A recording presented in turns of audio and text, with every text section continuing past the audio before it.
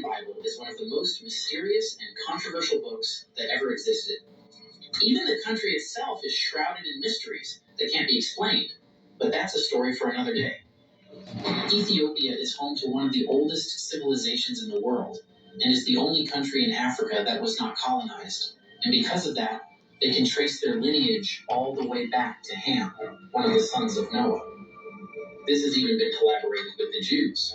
But this video is not about the country itself, but about what the country possesses. Ethiopia has some of the oldest Bible scrolls that ever existed, even older than the famous KJV Bible.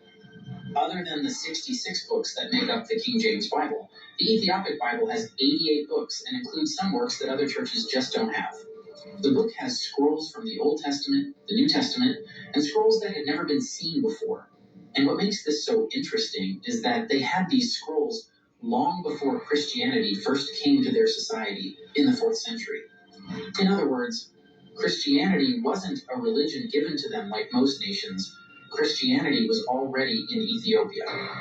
Since the 4th century, Ethiopia has been a nation of Christianity.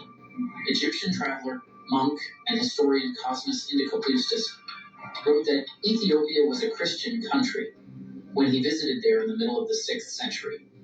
He saw how the rulers opened their borders to a lot of Christian refugees who fled to Ethiopia as they ran away from persecution from kingdoms and empires that were against Christianity. Certain Ethiopian tribes have been worshiping the Christian God for over 3,500 years. In such, the oldest organized Christians, but they don't worship Jesus. Is not the Catholic ministry as many would have. You believe?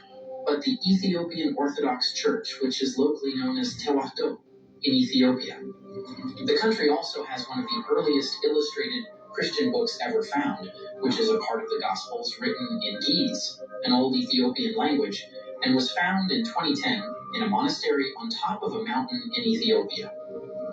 According to the Kebra Nagast, which is in Ethiopia's holy book, in the 10th century BC, an Ethiopian ruler and the famous biblical Queen of Sheba went to Jerusalem to ask the famous King Solomon for advice.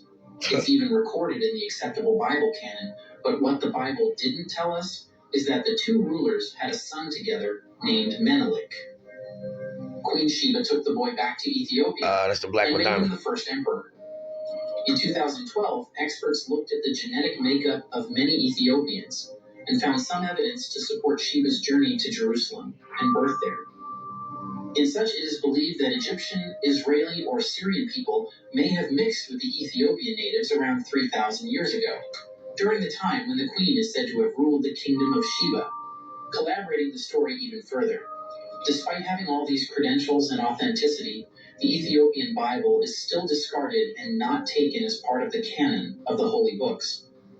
In fact, most people, including believers of the same faith, have never heard of the Ethiopian Bible. Now, that definitely